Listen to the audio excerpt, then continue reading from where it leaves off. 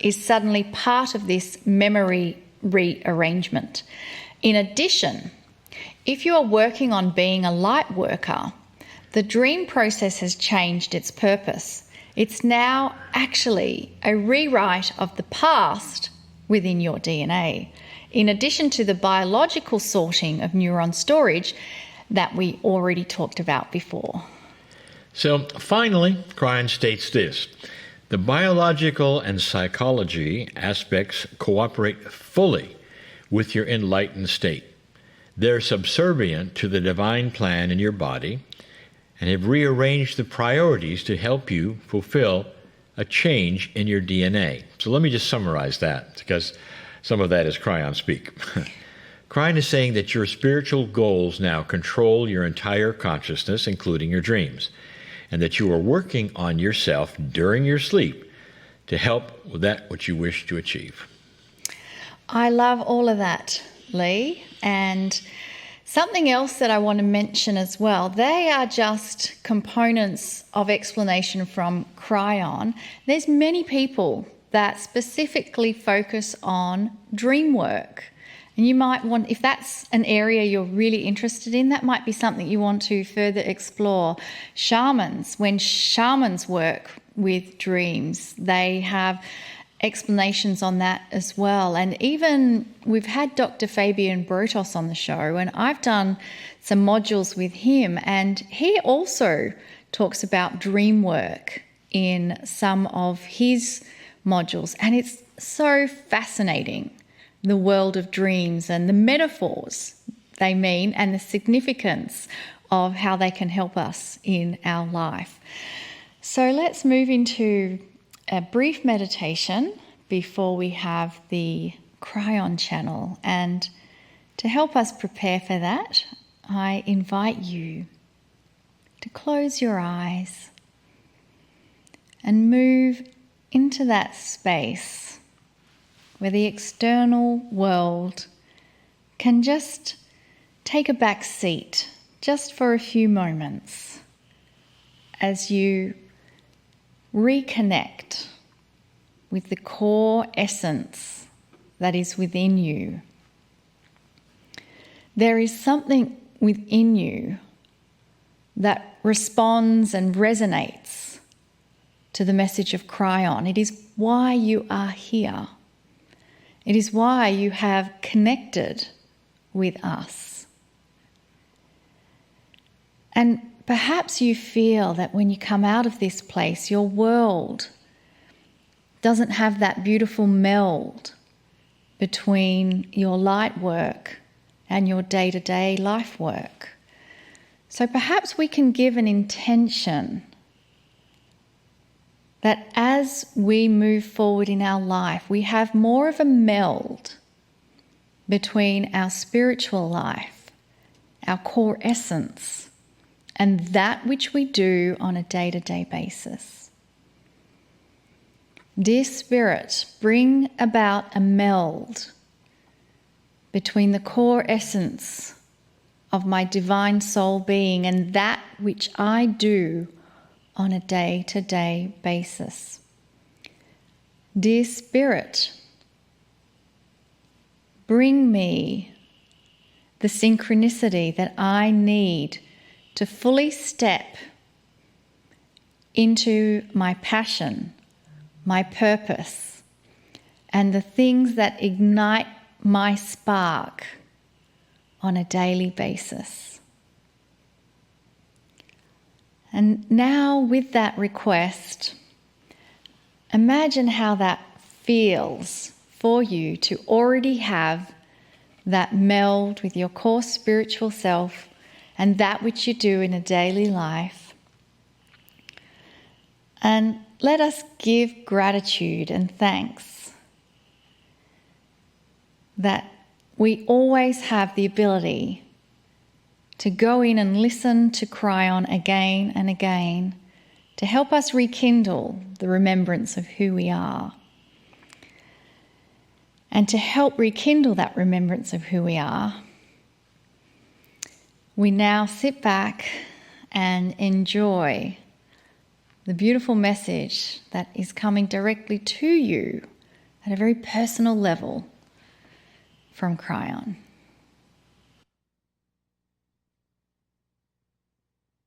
Greetings, dear ones. I am Kryon of Magnetic Service. So much is happening, dear ones, with you. Question about dreams and reframing things and the body reorganizing things. It is indeed true, and I will add this to that in this new energy, dear ones, Spirit knows you, knows what you're about. Spirit cooperates in so many ways to help you. Dreams is one of those ways. If you haven't noticed, dreams seem multidimensional. And what I mean by that is they're never linear. You're in places that you used to be, meeting people that shouldn't have been there or who have even passed. So the dreams mean something else. Sometimes they distract you while you work on other things, and sometimes they're a direct relationship to what you're learning as a light worker. How many of you have dreams in color, or perhaps that you're flying? These are dreams, dear ones, that show you, indeed, you're on the right track. Perhaps you have wished you would have dreams like that. Let me tell you, before you go to sleep, give intent for the dreams that you wish to have and see what happens. For those of you who have dreams that you don't like, you can control that as well. Dear Spirit, you might say before you go to sleep, let the dreams this time, tonight, enhance my magnificence. Let me awaken refreshed and smile at the lovely things that I've had presented during the night. You are so in control of the things that you might not think you're in control of.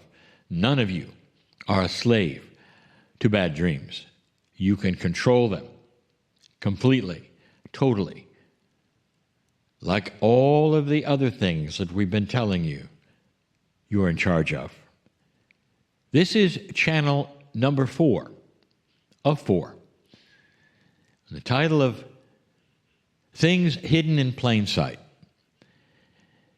And we've given you 3 other things that are hidden in plain sight, and some of you know those things, but perhaps we're not aware of the profundity of how you can do it or how you can use them.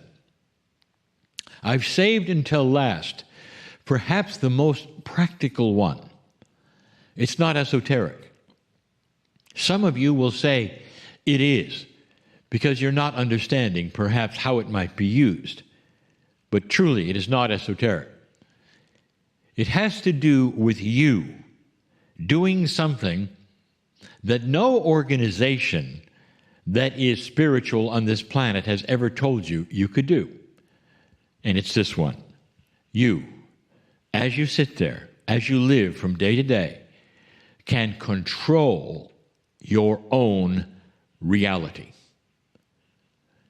This always gets us in trouble when we speak of this, because there are those who look askance and say, look, chance is chance.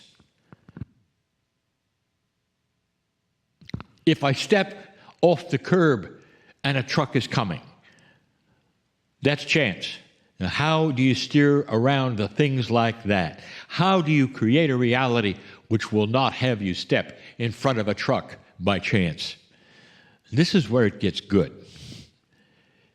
Let me present something to you. If you do not have any consciousness toward your path, in other words, if you simply let chance happen, and it will, just like you said, imagine that there is a path before you that is filled with potholes, and you'll step in a number of them, and that's called chance. Now think for a moment that you give consciousness toward your path. And when you do, dear ones, you're presented with a path that either has no potholes or you get to steer around them through timing and synchronicity. You won't be at that junction where the truck comes along because you have asked not to be. That is how it works. You connect with the field, where the field has the potential of absolutely all consciousness, and things that may or may not happen. And you start to steer yourself through that consciousness into fields with no potholes, because you are now in control of your path. Dear ones, I am telling you that you have the ability not to have a chance, random kind of future. It's also a consciousness of what you expect. And that's how it works. It's not you then consciously steering yourself into places you want to go. It's you with your intent and your affirmations for your life. What are your perceptions of what you can do?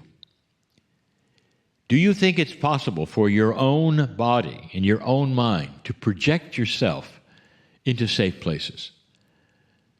For you to give intent for greater things than you have, or to be in the right place at the time that you need to be? What do you think of this when you would say, Dear Spirit, tomorrow, let me meet the people I should meet appropriately. Steer me in to the correct places. I'll be aware with my intuition of those places. Bring me this or something better. And that's the prayer. And it's simple. But if you do it every day and you do it often enough, you're going to see you get to control chance. And you won't be in front of the truck. In fact, you will meet the people you need to meet in order to go to the next level that you have then projected for yourself. I wouldn't tell you this if it were not then being able to be measured by others, seen by others. And so many old souls and light workers are participating in this. Your intent and your verbalization for what you want is the key. We have said before, so many times, that you are in charge of this, which is your reality, through your verbalization and what you expect next.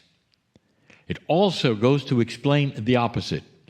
How many times have we told you this? You are not a victim of this planet. There are those, and I hope some of them are watching, who feel they are.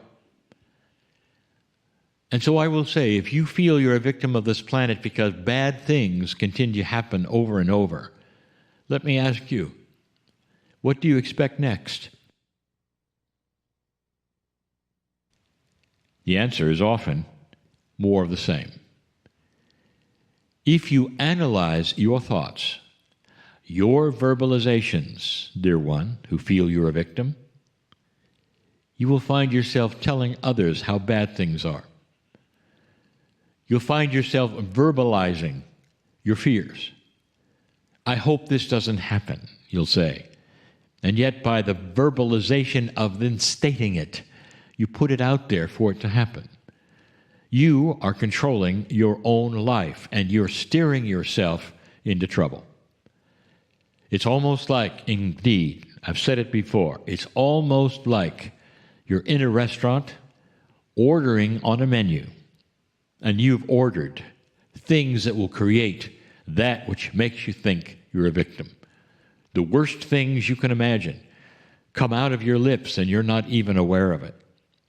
If you change your intent and start to expect good things, even things you've never seen before, you start to change that reality. This is the way of it. This is a tool of the human being through consciousness, which has always been there. Some will even call it a law, the law of attraction, that as you put things out, they attract to you. As you then put out on that menu the things that you are expecting to have happen, the good things, the synchronistic things, the things that others say are impossible, and then they start happening to you, you know it works. My partner has seen it in his own life. There are others